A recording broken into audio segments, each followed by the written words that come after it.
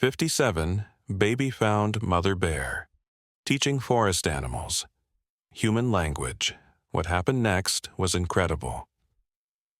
The morning mist clung to the forest floor like whispered secrets, and Ethan Marshall found himself walking deeper into the woods than he had ever ventured before. Something had drawn him off his usual hiking trail, though he couldn't quite name what it was. Perhaps it was the unusual stillness that seemed to hum with an energy he had never felt. Or maybe it was the way the sunlight filtered through the canopy in patterns that looked almost deliberate, as if the trees themselves were trying to guide him somewhere specific. His boots crunched softly on the carpet of fallen leaves, each step taking him further from the familiar world he knew and closer to something that would change everything he believed about the boundaries between species, between wild and tame, between the possible and the impossible. The sound reached him first, as nothing more than a gentle murmur carried on the breeze.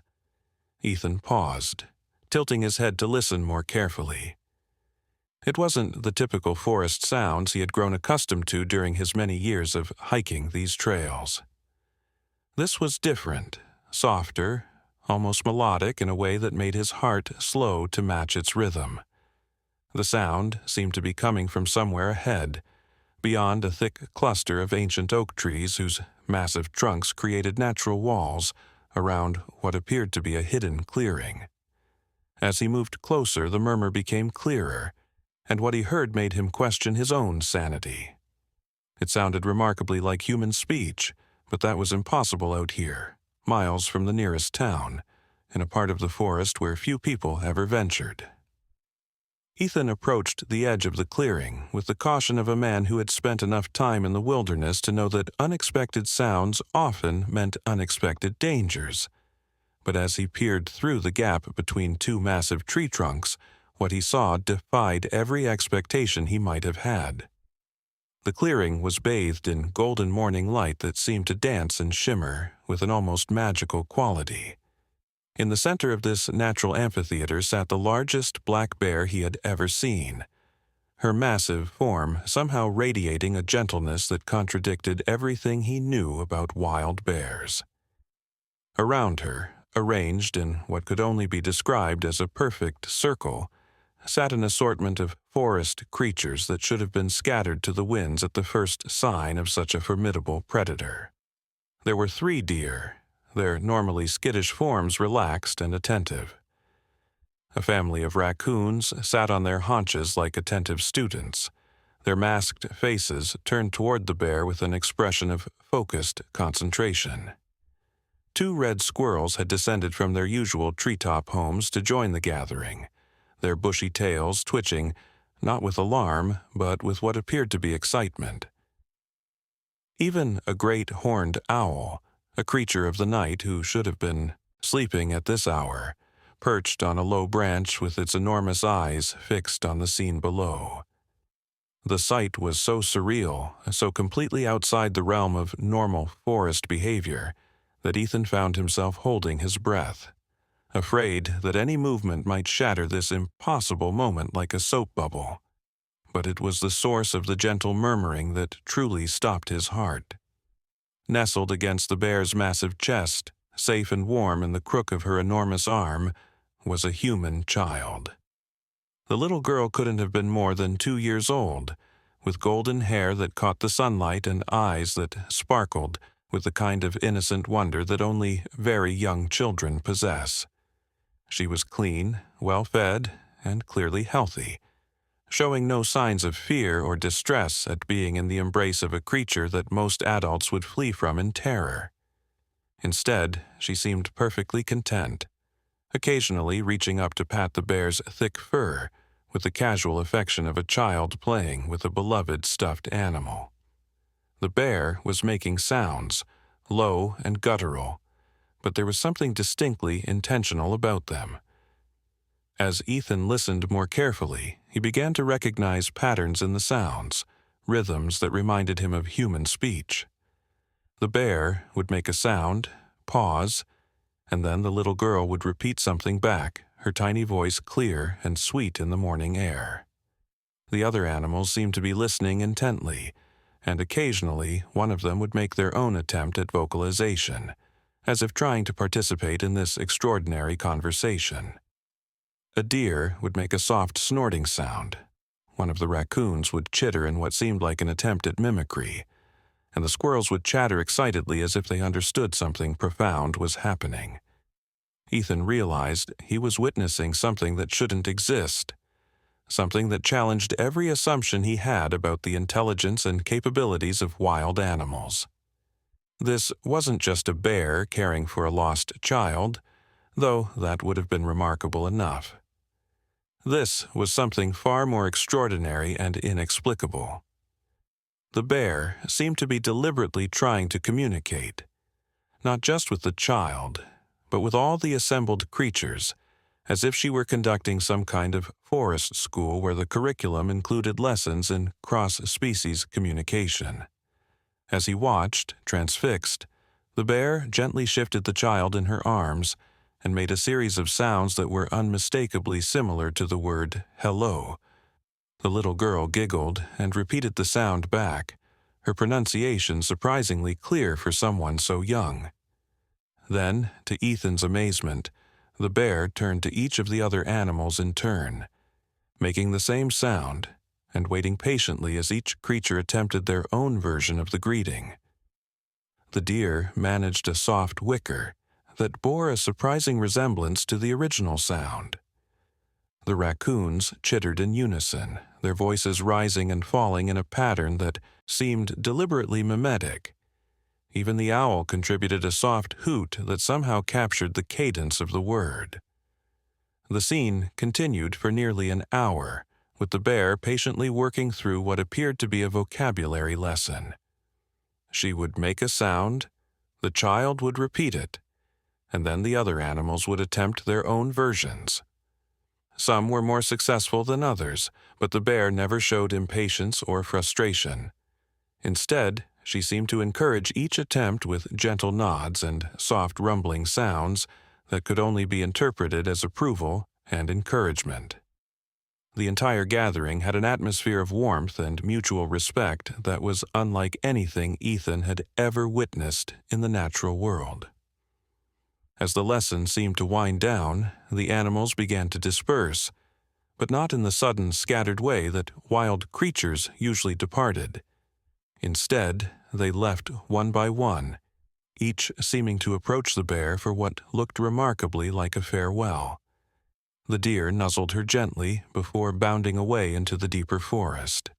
The raccoons chittered what sounded like goodbyes before ambling off toward the creek. The squirrels scampered up into the trees, but not before each had touched the bear's paw with their tiny hands in what appeared to be a gesture of gratitude or affection. The owl hooted once more before spreading its massive wings and gliding silently away into the shadows.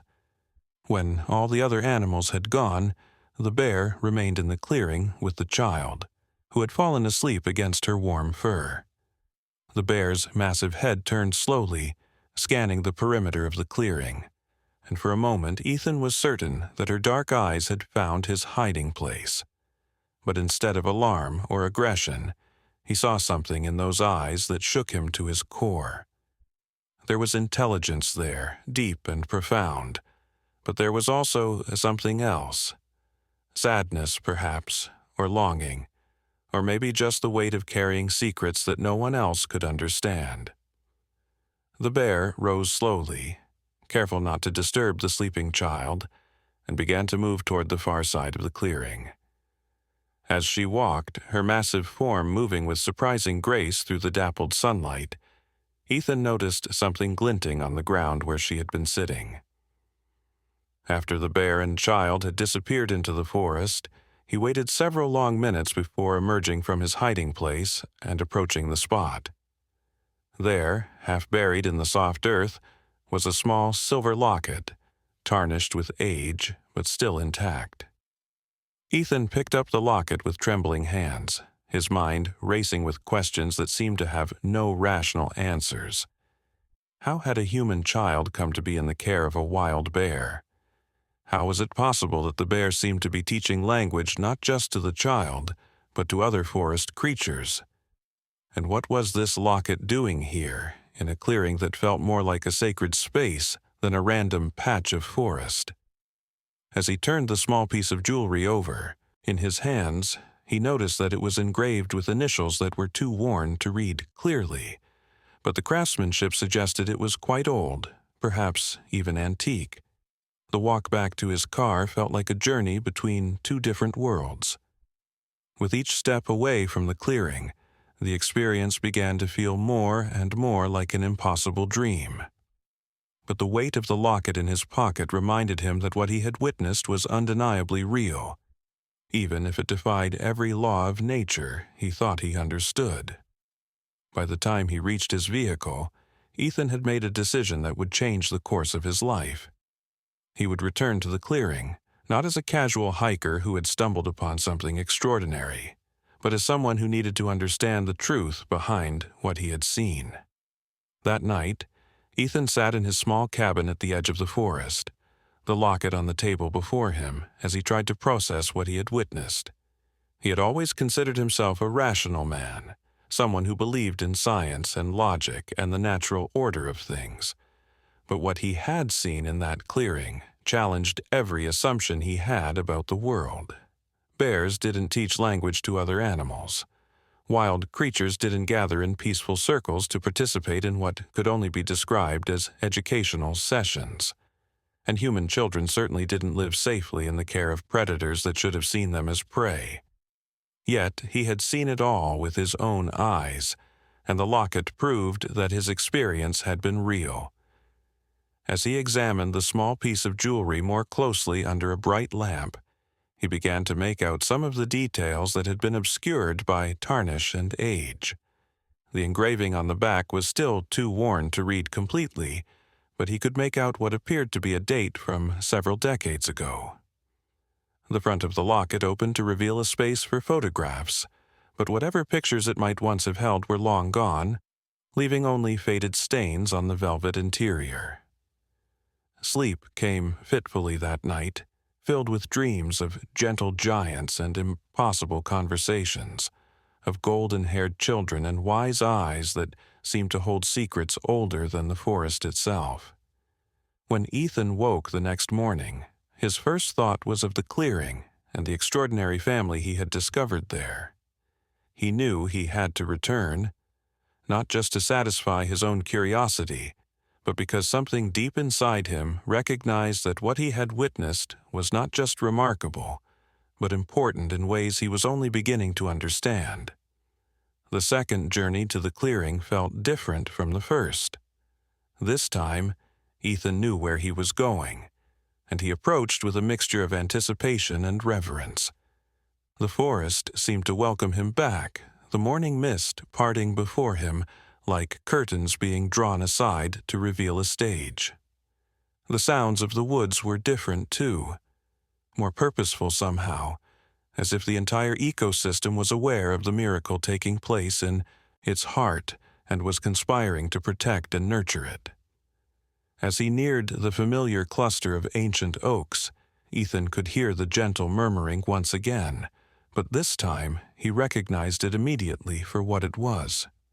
The bear was conducting another lesson, her deep voice mixing with the sweet tones of the child and the various attempts at communication from the assembled forest creatures. This time, Ethan positioned himself more carefully, finding a spot where he could observe without risk of being detected, though part of him wondered if the bear already knew he was there and simply chose not to acknowledge his presence. The scene that unfolded was similar to what he had witnessed the day before, but with subtle differences that suggested this was not just a random occurrence but part of an ongoing process. The bear seemed to be building on the previous day's lesson, introducing new sounds and concepts while reinforcing the ones that had been covered before. The little girl was more active this time, not just repeating the sounds the bear made, but initiating some of her own vocalizations, and seeming to delight in the responses she received from both the bear and the other animals. What struck Ethan most powerfully was the obvious affection between the bear and the child. This was not simply a case of a wild animal tolerating the presence of a human. The bond between them was deep and genuine, characterized by the kind of mutual love and trust that typically existed only between family members. The bear's massive paws were incredibly gentle as they supported and guided the child, and the little girl showed no fear or hesitation as she climbed over her enormous protector, treating the massive creature with the casual intimacy of a child playing with a beloved pet. As the lesson progressed, Ethan began to notice patterns in the bear's teaching methods that reminded him of human educational techniques. She would repeat important sounds multiple times, she would wait patiently for responses, and she would offer what appeared to be encouragement and praise when the animals made successful attempts at communication. When one of the raccoons managed to produce a sound that was particularly close to the target, the bear made a rumbling noise that was unmistakably approving, and the little girl clapped her hands in delight. But it was what happened next that truly amazed Ethan and confirmed his growing suspicion that this was something far more profound than simple animal behavior. The bear began making a series of sounds that were clearly intended to represent different objects in the clearing. She would make a sound, then gently guide the child's attention to a specific item: a fallen log, a patch of wild flowers, a butterfly that had landed nearby. The child would repeat the sound while looking at the object, and then the bear would encourage the other animals to make their own versions of the sound, while also focusing on the same item. This was just communication, Ethan realized with growing amazement. This was language instruction of the most sophisticated kind, complete with vocabulary building, object association, and reinforcement techniques that would not have been out of place in the most advanced human educational settings.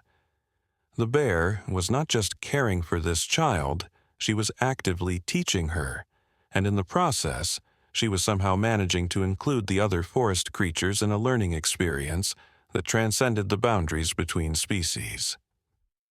As the morning wore on, Ethan found himself completely absorbed in the extraordinary classroom he was witnessing. The bear's patience seemed infinite, her methods consistently gentle and encouraging.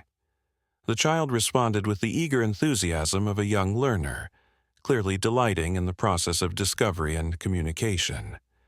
The other animals, while less successful in their attempts at vocalization, were obviously engaged and interested, suggesting that they understood, at least on some level, that they were participating in something important and meaningful.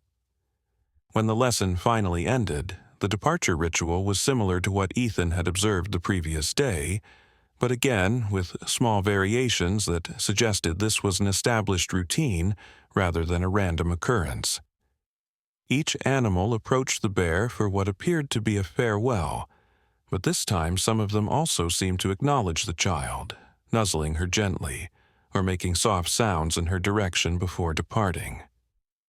The little girl responded to each farewell with waves and babbled words that, while not entirely clear, were obviously intended as responses to her forest classmates. After the other animals had gone, the bear settled back into her position at the center of the clearing. The child once again nestled safely against her massive chest. But this time, instead of preparing to leave, the bear remained still, her dark eyes scanning the perimeter of the clearing with what appeared to be deliberate intent. Ethan had the distinct impression that she was looking for something, or perhaps someone, and after several minutes of careful observation, those intelligent eyes found his hiding place and held his gaze with unmistakable directness. For a long moment, human and bear regarded each other across the sun-dappled clearing, and Ethan felt as though he was being evaluated, measured, and perhaps judged by an intelligence that was far more profound than he had ever imagined possible in a wild animal. There was no aggression in that gaze, but there was definitely awareness, and something that might have been curiosity, or even invitation. The bear made no move to approach him, nor did she show any signs of alarm or defensive behavior. Instead, she simply watched him with those deep, knowing eyes, as if waiting to see what he would do next. Ethan found himself moving almost without conscious decision, rising slowly from his concealed position and taking a few tentative steps toward the edge of the clearing. The bear's gaze never left him, but her posture remained relaxed and non-threatening. The child, who had been dozing against the bear's chest, stirred at the movement and looked in Ethan's direction with the bright, curious eyes of a toddler, encountering something new and interesting. She showed no fear at the sight of this stranger, which suggested to Ethan that her unusual upbringing had somehow failed to instill in her the natural wariness that most children would have shown toward an unknown adult. Moving with the careful deliberation of someone approaching a wild animal, Ethan slowly entered the clearing, his hands visible and his movements non-threatening. The bear watched his approach with what appeared to be calm interest, occasionally looking down at the child in her arms, as if checking to ensure that the little girl was not distressed by this development. The child, for her part, seemed delighted by the appearance of a new participant in her forest world, babbling excitedly and reaching out toward Ethan with the trusting openness that only very young children possess. When Ethan was about halfway across the clearing, he stopped and slowly reached into his pocket, withdrawing the silver locket he had found the day before. The moment the bear saw the small piece of jewelry, her entire demeanor changed. The calm watchfulness was replaced by something much more intense, an emotion so powerful that it was unmistakable even across the species barrier. The bear's eyes fixed on the locket with an expression that could only be described as recognition, and perhaps something deeper, something that looked remarkably like grief. Ethan held the locket up so the bear could see it clearly, then slowly placed it on the ground between them, before taking several steps back. The bear's response was immediate and heartbreaking. She made a sound unlike any he had heard from her before, a low, mournful vocalization that seemed to come from the deepest part of her being. The child in her arms responded to this sound with obvious concern, reaching up to pat the bear's face with her tiny hands and making soft, comforting noises that were clearly intended to soothe her massive protector. The bear gently placed the child on the soft grass beside her, then slowly approached the locket. Her massive paw, so gentle when handling the child, trembled slightly as she reached out to touch the small piece of jewelry. When her claw made contact with the tarnished silver, she made another sound, softer this time, but no less filled with emotion. She carefully picked up the locket, holding it with a delicacy that seemed impossible given the size and power of her paws, and examined it closely. What happened next would remain etched in Ethan's memory for the rest of his life. The bear looked up from the locket and met his eyes, and in that gaze he saw something that changed his understanding of what it meant to be intelligent, to feel emotion, to experience loss and love and hope. This was not just an animal acting on instinct. This was a being with a complex inner life, capable of memory and attachment and grief. And somehow, incredibly, she was trying to communicate with him about something that mattered deeply to both of them. The bear carefully placed the locket back on the ground, then returned to the child, who had been watching the entire interaction with the fascinated attention of a toddler observing adult behavior that she didn't fully understand, but instinctively recognized as important. The bear settled back into her protective position, gathering the little girl into her arms, but her eyes remained fixed on Ethan with an expression that seemed to be asking a question he wasn't sure he knew how to answer. As the afternoon sun began to slant through the trees at a lower angle, casting longer shadows across the clearing, Ethan realized that he had been given a gift beyond measure. He had been allowed to witness something that challenged every assumption he had about the natural world, about intelligence, about the boundaries between species, and about the nature of love and family. The bear had not just tolerated his presence, she had actively chosen to share something profound with him, something that connected to the mystery of the locket and the extraordinary child in her care. But as much as he had learned, Ethan understood that he had only glimpsed the surface of a story that was far deeper and more complex than he could have imagined. The locket was clearly significant, a key to understanding how this impossible family had come to be. The bear's emotional response to it suggested that it was connected to her own history, perhaps to losses she had suffered or connections she had formed. And the child, healthy and happy and clearly thriving in this most unusual of environments, represented a mystery that touched on questions of survival, adaptation, and the incredible capacity of different species to form bonds that transcended the normal boundaries of the natural world.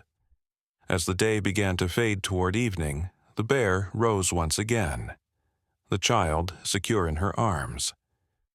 But this time, before departing, she approached the spot where the locket lay and carefully picked it up once more. She held it for a long moment, then, in a gesture that seemed almost ceremonial, she placed it gently in the child's small hands. The little girl examined the locket with the intense curiosity of a toddler encountering a new toy, babbling excitedly and turning it over in her tiny fingers. The bear looked at Ethan one more time, and in that final exchange of gazes, he felt as though he was being entrusted with something precious. Not just the knowledge of their existence, but perhaps the responsibility of understanding and protecting the miracle he had discovered. Then, moving with her characteristic grace despite her massive size, the bear carried the child toward the far edge of the clearing, pausing once to look back before disappearing into the deep forest. Ethan remained in the clearing long after they had gone, watching the shadows lengthen and listening to the evening sounds of the forest awakening around him. The normal sounds of birds and insects and rustling leaves seemed somehow different now, as if he was hearing them with new ears that had been open to the possibility that communication and intelligence and emotion existed in forms he had never imagined. The clearing itself felt different too, not just a random patch of forest, but a sacred space where something extraordinary was happening, something that connected to deeper truths about the nature of life and love, and the mysterious bonds that could form between the most unlikely of companions. As he finally made his way back through the darkening forest toward his car, Ethan carried with him not just the memory of what he had witnessed, but a profound sense that his life had been fundamentally changed. He had been given a glimpse into a world that existed parallel to the one he thought he knew, a world where the boundaries between species were more fluid than he had ever imagined, where intelligence took forms that challenged human assumptions, and where love could bridge gaps that seemed impossible to cross. The questions that filled his mind as he drove home were not the kind that could be answered quickly or easily. How had the child come to be in the bear's care? What was the significance of the locket, and how was it connected to the bear's obvious emotional response? How was it possible for a wild animal to demonstrate such sophisticated teaching abilities? And what did it mean for human understanding of animal intelligence and capability? But perhaps most importantly, what responsibility did he now bear, having been allowed to witness this miracle? And how could he honor the trust that seemed to have been placed in him? That night, as Ethan sat once again in his cabin, he found himself staring out the window toward the forest that now held secrets he was only beginning to understand. The darkness beyond the glass seemed less empty than it had before, filled now with the possibility of wonders he had never imagined. Somewhere out there, in a clearing bathed in moonlight, an extraordinary family was settling in for the night, a family that challenged every assumption about what was possible in the natural world. The bear's eyes haunted his dreams that night, deep and intelligent, and filled with emotions that seemed remarkably human in their complexity. In his dreams, she was trying to tell him something important, something about the child and the locket, and the incredible bond that had formed between two beings who should have been natural enemies. When he woke, Ethan carried with him the absolute certainty that his encounter with this remarkable family was far from over, and that the story he had stumbled upon was only beginning to unfold.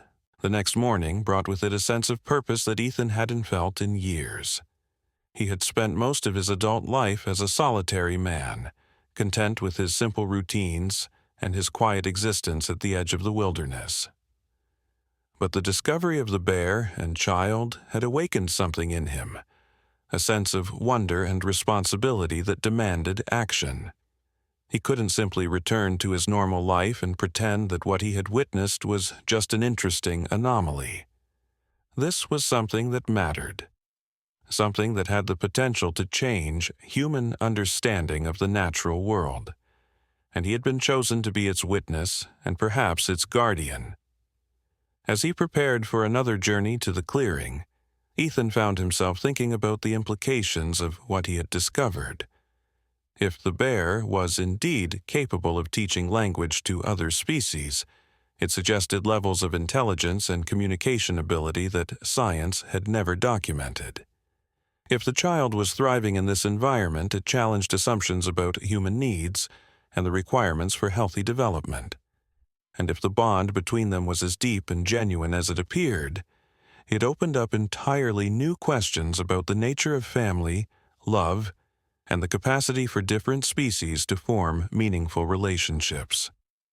But beyond the scientific implications, there was something else that drew Ethan back to the forest, something more personal and profound.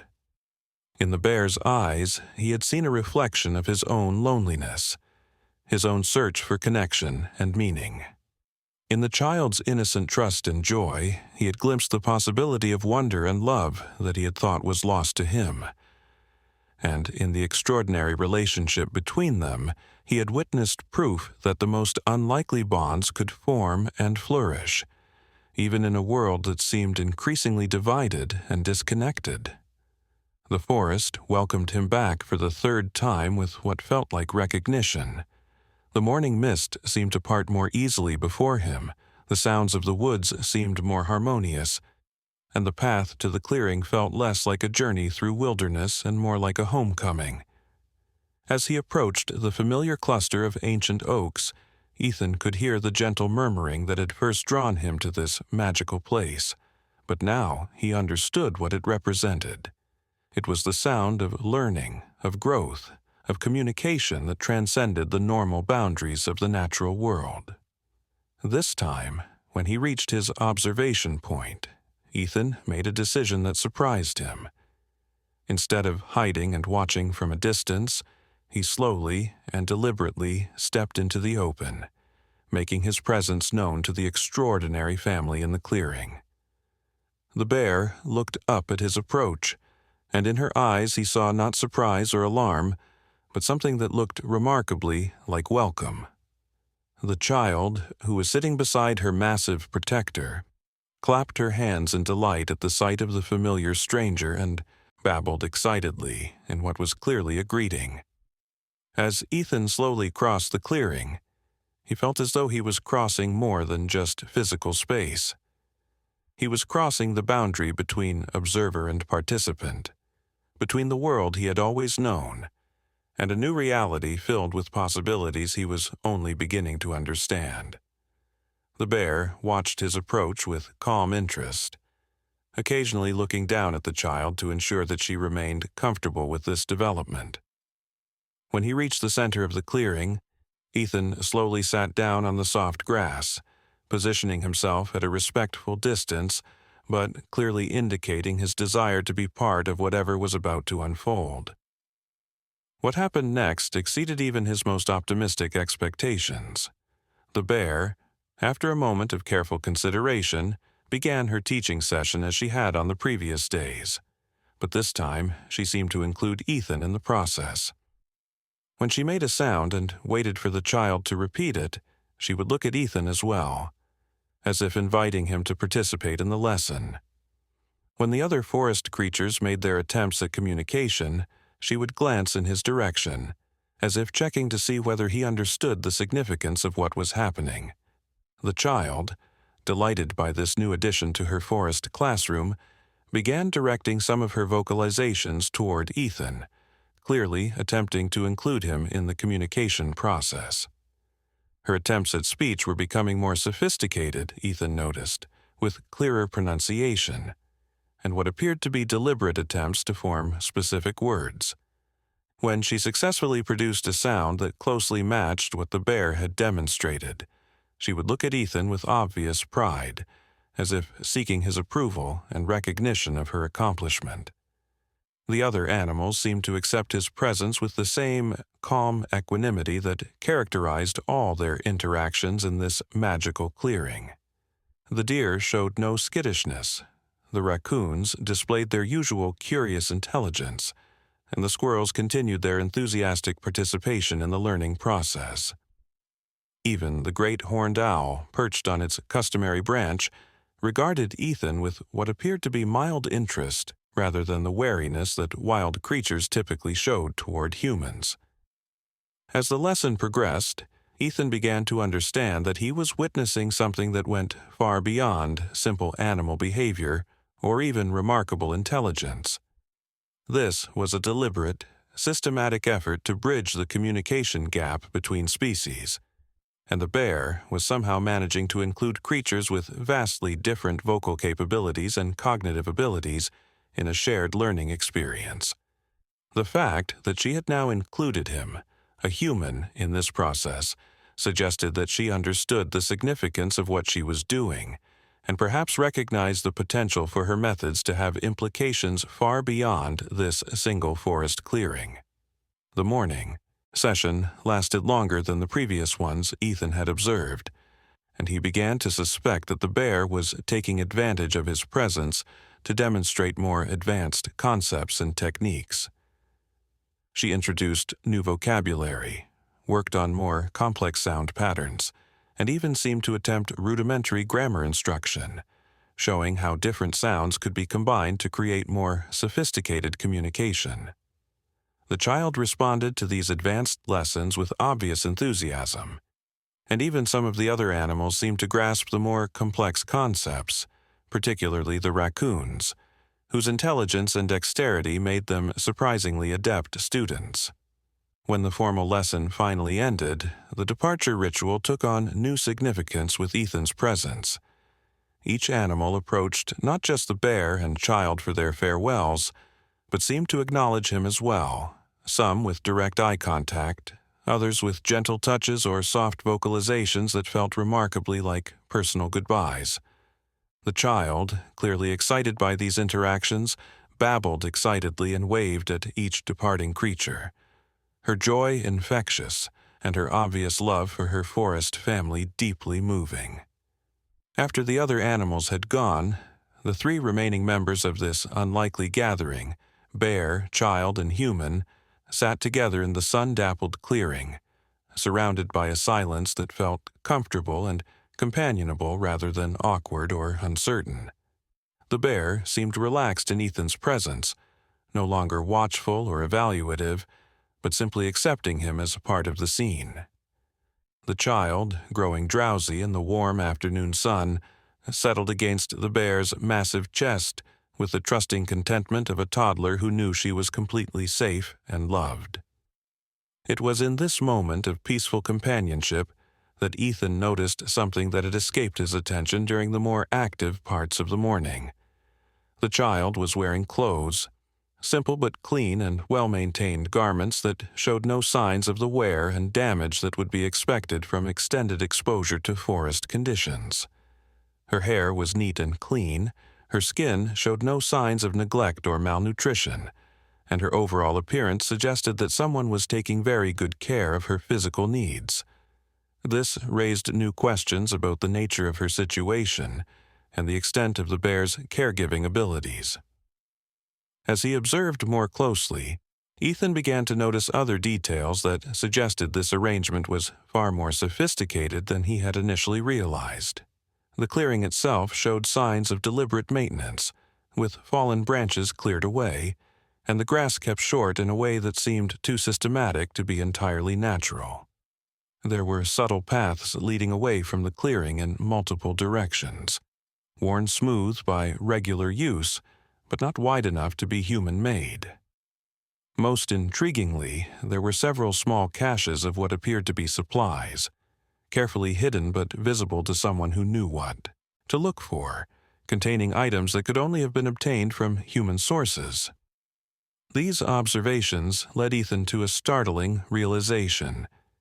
This was not simply a case of a wild bear caring for an abandoned child through pure instinct and luck. This was a carefully planned and executed arrangement, one that required resources, planning, and quite possibly the cooperation of other humans who remained hidden from view. The bear was not just an unusually intelligent animal acting on maternal instincts. She was part of a larger network or system that was designed to care for this child in ways that went far beyond what any single creature, no matter how remarkable, could accomplish alone. The implications of this realization were staggering. If humans were involved in maintaining this arrangement, it meant that the child's presence in the forest was not accidental but deliberate. If the bear was working with human partners, it suggested levels of interspecies cooperation that had never been documented or even imagined. And if this entire situation was the result of careful planning and ongoing support, it raised profound questions about who was behind it and what their ultimate goals might be. As these thoughts raced through his mind, Ethan found himself looking at the bear with new eyes. The intelligence he had recognized from the beginning took on new dimensions when viewed through the lens of possible human cooperation. The teaching methods that had seemed remarkably sophisticated for a wild animal became even more impressive when considered as part of a deliberate educational program. The bear's calm acceptance of his presence, rather than being simply remarkable animal behavior, might actually be the result of careful preparation and instruction from human partners who had anticipated the possibility of discovery. But even as these logical explanations formed in his mind, Ethan found himself reluctant to accept them completely. There was something about the bear's behavior, about the depth of emotion he had seen in her eyes, about the genuine affection between her and the child, that seemed to transcend any kind of training or instruction. Whatever the ultimate explanation for this extraordinary situation, he was certain that the bond between the bear and child was real and profound, based on genuine love and mutual care, rather than simple duty or programmed behavior. The afternoon sun was beginning to sink lower in the sky when the bear finally stirred, gently rousing the child from her nap and preparing to leave the clearing. But this time, instead of simply departing as she had on previous occasions, she approached Ethan directly, moving with slow deliberation that gave him plenty of time to react if he felt threatened. The child in her arms babbled excitedly at this development, reaching out toward Ethan with the trusting enthusiasm that had characterized all her interactions with him. When the bear was close enough that Ethan could have reached out and touched her massive form, she stopped and looked directly into his eyes. What passed between them in that moment was impossible to put into words, but Ethan felt as though he was being evaluated one final time, measured against some standard that was crucial to the bear's decision-making process. After a long moment, the bear seemed to reach some kind of conclusion. She made a soft, rumbling sound that was clearly directed at him, then gently shifted the child in her arms so that the little girl was facing him directly. The child, delighted by this development, reached out toward Ethan with both hands, making the kind of grabbing motions that toddlers use when they want to be picked up. The bear watched this interaction carefully, and when Ethan slowly extended his own hands toward the child, she made no move to prevent the contact. Instead, she seemed to encourage it, gently supporting the child as she leaned forward to grasp Ethan's fingers with her tiny hands. The moment of contact was electric, not in any supernatural sense, but in the profound emotional impact it had on all three participants. The child's touch was warm and trusting, her tiny fingers wrapping around his with the complete faith that only very young children can show toward adults. The bear's eyes never left Ethan's face, watching for any sign that he might be unworthy of the trust she was placing in him. And Ethan himself felt a surge of protective emotion that surprised him with its intensity, a sudden understanding of why this remarkable bear had been willing to risk everything to care for this precious child. After allowing this contact to continue for several minutes, the bear gently reclaimed the child, settling her once again into the secure embrace of her massive arms. But the message had been clear. Ethan had been accepted, not just as an observer or even as a participant in the forest classroom, but as someone who could be trusted with the most precious thing in the bear's world. The responsibility of that trust weighed heavily on him, but it also filled him with a sense of purpose and connection that he had never experienced before. As the bear prepared to leave the clearing for the final time that day, she paused once more and looked back at Ethan. In her eyes, he saw an invitation, or perhaps a request. Tomorrow, those eyes seemed to say, "Come back tomorrow, and perhaps we will share more of our story with you." Then, moving with her characteristic grace, she carried the child into the forest, leaving Ethan alone in the clearing as the shadows lengthened and the evening sounds of the woods began to fill the air around him. The walk back to his car was a journey through a transformed world. Every tree seemed more alive, every sound more meaningful, every shadow more filled with possibility. Ethan had entered the forest that morning as a solitary man seeking nothing more than a peaceful walk in nature. He was leaving as someone who had been entrusted with one of the most extraordinary secrets the natural world had ever revealed. Someone who had been chosen to witness and perhaps help protect a miracle that challenged every assumption about what was possible in the relationship between humans and the wild creatures with whom we share the planet. That evening, as Ethan sat in his cabin reviewing the events of the day, he found himself filled with a mixture of wonder, responsibility, and anticipation. The questions that had begun forming during his first encounter with the bear and child had multiplied exponentially, but so had his determination to find answers. He was no longer just a casual observer of this extraordinary situation. He had become part of it, accepted into a circle of trust that included beings from multiple species, united by bonds that transcended the normal boundaries of the natural world. The locket, which had played such a crucial role in his initial acceptance by the bear, remained a key piece of the puzzle. Its obvious significance to the bear suggested that it was connected to her history, perhaps to events that had led to her current role as protector and teacher to the child.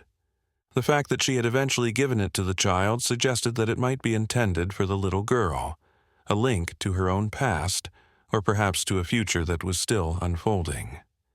As he prepared for sleep, Ethan found himself already planning his return to the clearing the next day.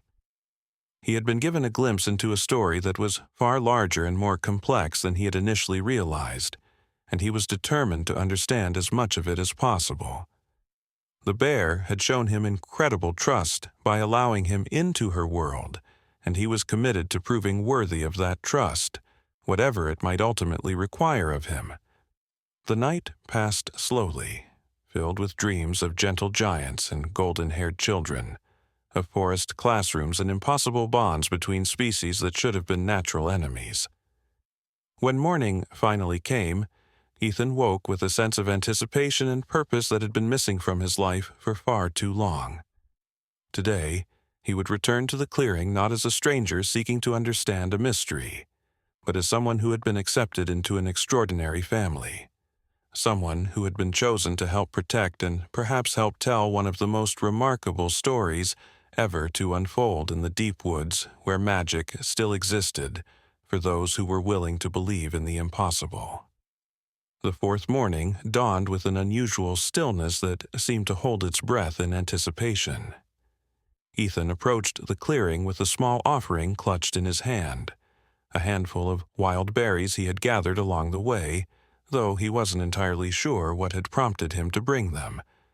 Perhaps it was simply the human instinct to offer gifts when seeking acceptance, or maybe it was something deeper, a recognition that he was about to cross another threshold in his relationship with this extraordinary family. The forest around him seemed different again, more welcoming, as if the trees themselves had accepted his presence and were no longer treating him as an intruder, but as someone who belonged in their ancient community. As he reached the edge of the clearing, Ethan could see that the morning lesson was already in progress, but something was different about today's gathering. The usual circle of forest creatures was there, but they seemed more animated, more engaged than he had previously observed. The bear's vocalizations were more complex, incorporating sounds and patterns that seemed to build upon everything she had taught in the previous sessions. The child, now completely comfortable with Ethan's presence, waved enthusiastically when she spotted him at the edge of the clearing, her delighted babbling clearly intended as a greeting for her human friend. But it was the bear's reaction to his arrival that truly surprised Ethan.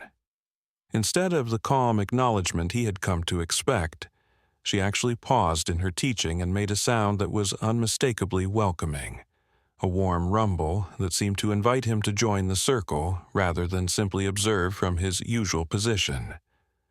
The other animals turned to look at him as well, and in their eyes he saw not the wariness that wild creatures typically showed toward humans, but something that looked remarkably like recognition and acceptance.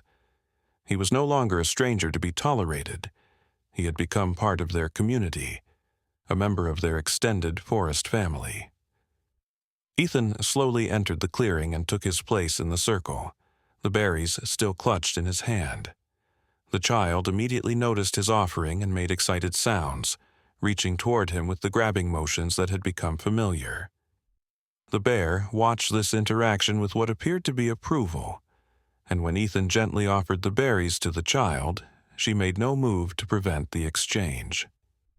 The little girl examined the berries with intense curiosity, popping one into her mouth and making delighted sounds at the sweet taste. She then, with the generous spirit that seemed to characterize everything about her, began offering berries to the bear, who accepted them with gentle dignity, and even attempted to share them with some of the other animals in the circle. This simple act of sharing seemed to mark another milestone in Ethan's acceptance into the group. The bear's teaching session continued, but now she seemed to deliberately include him in the process, making eye contact with him when she introduced new concepts, waiting for his responses along with those of the other students, and even seeming to gauge his understanding before moving on to more advanced material. The child, clearly delighted by this development, began directing many of her vocalizations toward Ethan, as if she had decided that he needed extra attention to catch up with the rest of the class. What unfolded over the next hour was the most sophisticated language lesson Ethan had ever witnessed, human or otherwise. The bear had moved beyond simple vocabulary and was now working on what could only be described as grammar and syntax. She would combine different sounds in specific sequences, demonstrate how the meaning changed when the order was altered, and even show how tone and inflection could modify the message being conveyed. The child followed these lessons with remarkable aptitude, her young brain clearly designed to absorb language in all its complexity. Even some of the other animals seemed to grasp the more advanced concepts, particularly the raccoons, whose intelligence and dexterity made them surprisingly effective students. But it was during a pause in the formal instruction that Ethan witnessed something that would forever change his understanding of what was happening in this magical clearing. The child, who had been sitting contentedly in the bear's arms, suddenly became agitated, making distressed sounds and reaching towards something at the edge of the clearing. The bear immediately became alert. her massive head turning to scan the perimeter with the focused intensity of a predator assessing a potential threat. The other animals in the circle also became restless, their usual calm demeanor replaced by obvious anxiety. Ethan followed their gaze and saw what had caused the disturbance. At the far edge of the clearing, partially hidden behind a large tree, stood a figure that made his heart race with a mixture of relief and confusion. It was a woman, middle-aged and dressed in practical outdoor clothing, watching the scene with an expression of profound emotion that seemed to combine joy, sorrow, and something that looked remarkably like guilt. She was clearly human, clearly not a random hiker who had stumbled upon this extraordinary scene, and clearly someone who had a connection to what was happening here that went far deeper than casual observation. The bear's reaction to the woman's presence was immediate and complex. She made a sound that was unlike anything Ethan had heard from her before, a vocalization that seemed to contain multiple emotions layered together in a way that was almost musical in its complexity. It was greeting and reproach, welcome and wariness, love and loss, all combined into a single, heartbreaking expression of recognition. The child's response was equally telling. Instead of the fear or confusion that might be expected from a toddler seeing a strange adult, she made excited sounds and reached toward the woman with obvious recognition and affection. The woman stepped slowly into the clearing, her movements careful and deliberate, as if she were approaching something precious and fragile that might be damaged by sudden motion. As she drew closer, Ethan could see that her face was streaked with tears, and her hands were trembling with emotion. When she spoke, her voice was soft and filled with a mixture of love and regret that was immediately recognizable to anyone who had ever experienced profound loss. "Hello, my darling," she said, her words directed toward the child but her eyes moving constantly between the little girl and the massive bear who held her. "I've missed you so much. I've missed you both so much." The child responded with delighted babbling, clearly recognizing the voice and associating it with positive memories. The bear's response was more complex, a rumbling sound that seemed to acknowledge the woman's presence while also expressing something that might have been reproach or disappointment. As the woman drew closer, the pieces of the puzzle began to fall into place for Ethan with stunning clarity. This was not a random encounter or a coincidental meeting. This woman was part of the story, an integral piece of the mystery that had been unfolding in the clearing.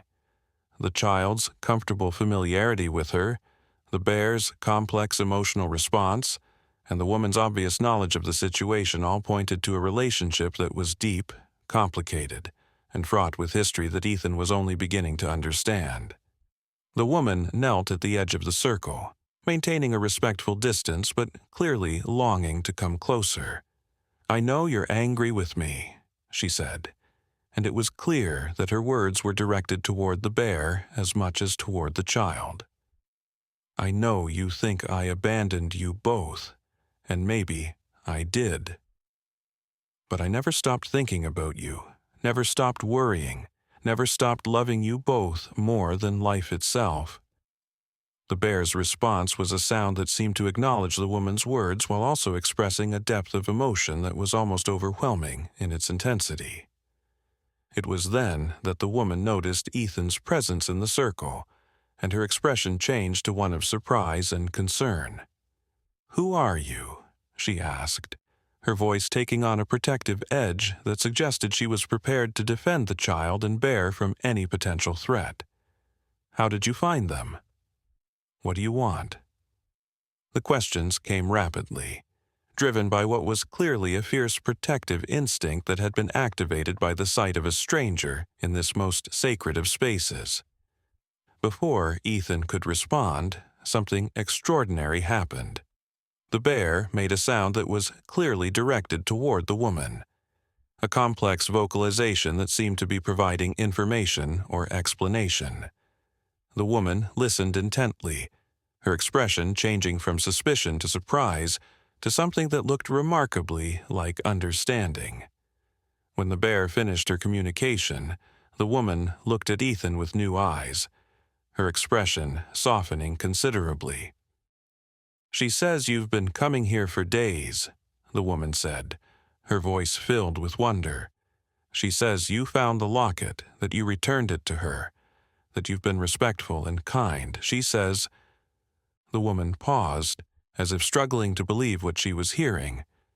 "She says you've been learning with them, that you've become part of their family." The implications of this communication were staggering. Not only was the bear capable of complex language, but she was able to communicate with this woman in ways that suggested a long-established relationship and a shared understanding that went far beyond anything Ethan had imagined possible. The woman's attention turned back to the child, who had been watching this exchange with the fascinated attention of a toddler, observing adult interactions that she didn't fully understand, but instinctively recognized as important. "Hello, sweet baby," the woman said, her voice breaking with emotion. "Do you remember me? Do you remember your grandmother?" The word hit Ethan like a physical blow, suddenly illuminating the relationship between the woman and child in a way that made the entire situation both more understandable and infinitely more complex. The child's response was immediate and joyful, reaching toward the woman with the enthusiastic recognition that only very young children show toward beloved family members. The bear, watching this interaction carefully, seemed to make some kind of internal decision. She slowly shifted the child in her arms, moving her closer to the woman while maintaining her protective hold. It was a gesture that spoke of trust, but also of caution, as if she was willing to allow contact but was not yet ready to relinquish her role as the child's primary protector. The grandmother, for that was clearly who she was, reached out with trembling hands to touch the child's face, tears streaming down her cheeks as she made contact with the granddaughter she had obviously not seen for some time. "You're so big," she whispered, her voice thick with emotion. "You've grown so much, and you look so healthy, so happy. She's taken such good care of you, hasn't she?"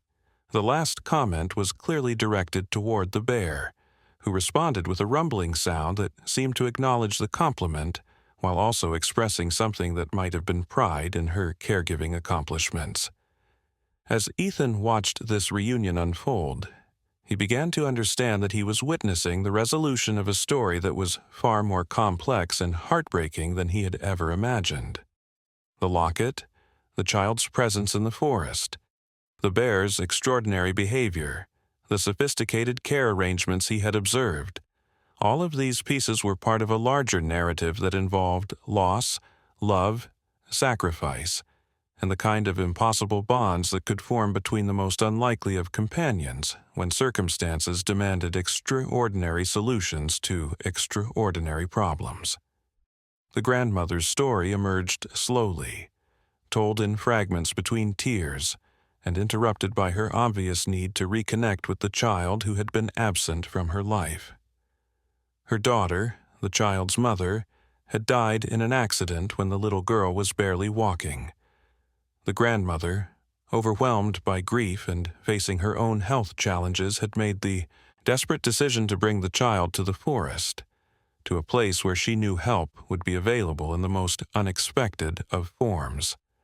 The bear, it turned out, had lost her own cub around the same time, and the meeting between the grieving grandmother and the bereaved mother bear had resulted in an arrangement that defied every natural law, but somehow worked perfectly for all involved.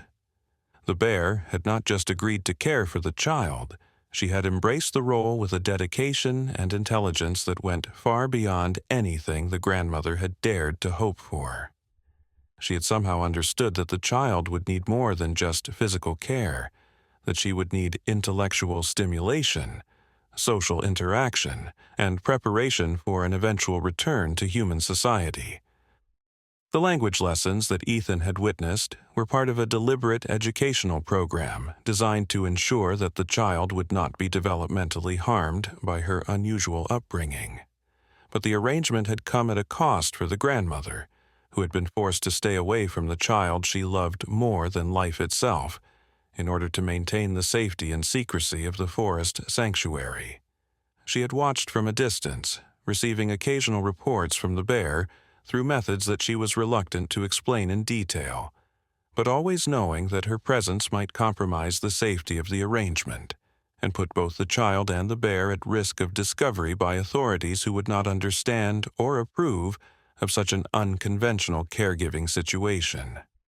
The network of support that Ethan had suspected was indeed real, but it was smaller and more fragile than he had imagined.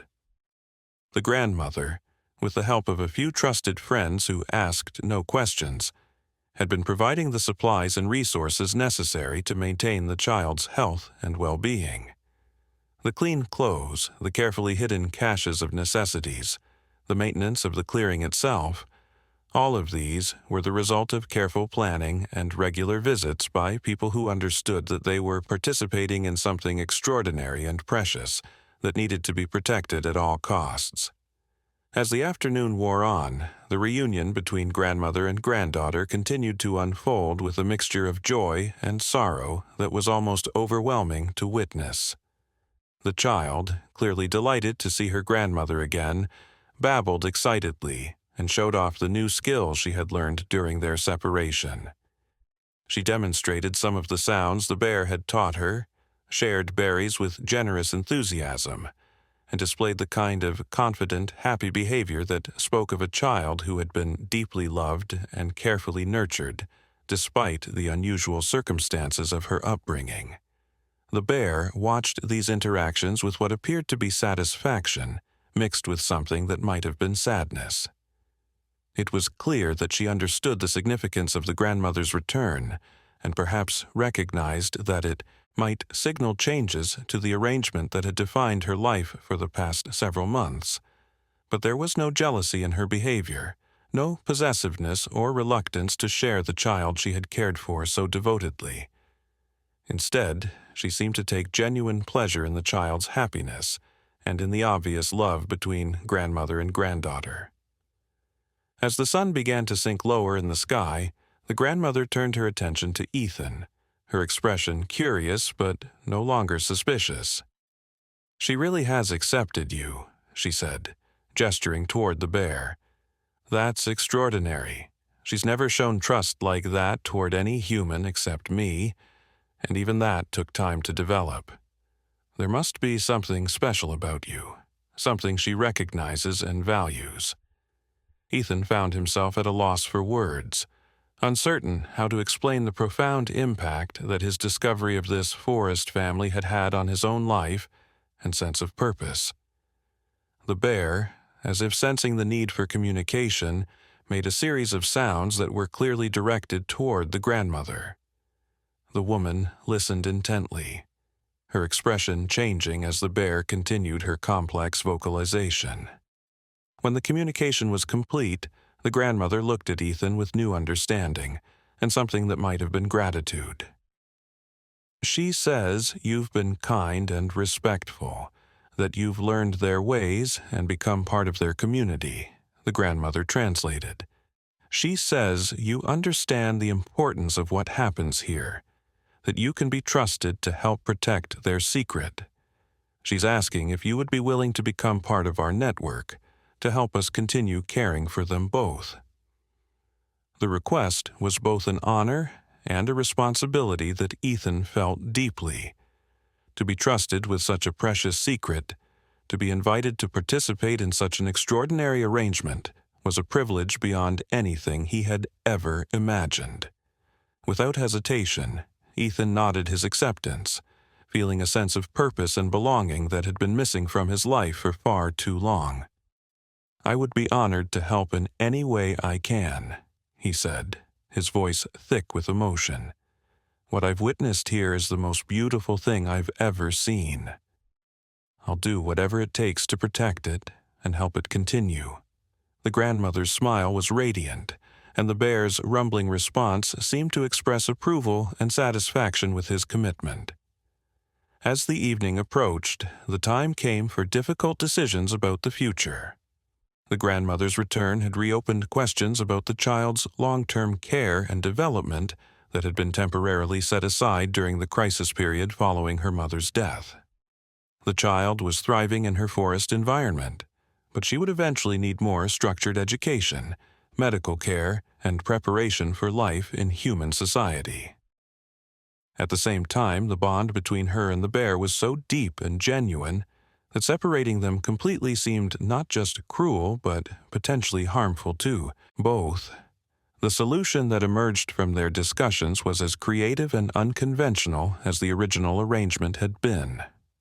The child would begin spending more time with her grandmother, gradually transitioning back to a more traditional human environment while maintaining regular visits to the forest and continued contact with the bear who had become such an important part of her life. Ethan would serve as a bridge between the two worlds, helping to coordinate the complex logistics of maintaining relationships that crossed species boundaries and challenged conventional understanding of family and care. The bear's role in this new arrangement was perhaps the most remarkable aspect of the entire plan. Rather than simply being phased out as the child returned to human society, she would continue to serve as an educator and companion, teaching not just the child but potentially other humans about the possibilities for communication and cooperation between species. The language lessons that Ethan had witnessed were just the beginning of what could become a revolutionary approach to understanding animal intelligence and the potential for interspecies relationships. As the stars began to appear in the darkening sky above the clearing, the extended forest family prepared to part ways for the evening, but with the understanding that this was not an ending, but a new beginning. The child would go with her grandmother for the first time in months, but she would return to the clearing regularly to continue her education with the bear and to maintain the bonds that had sustained her during the most vulnerable period of her young life.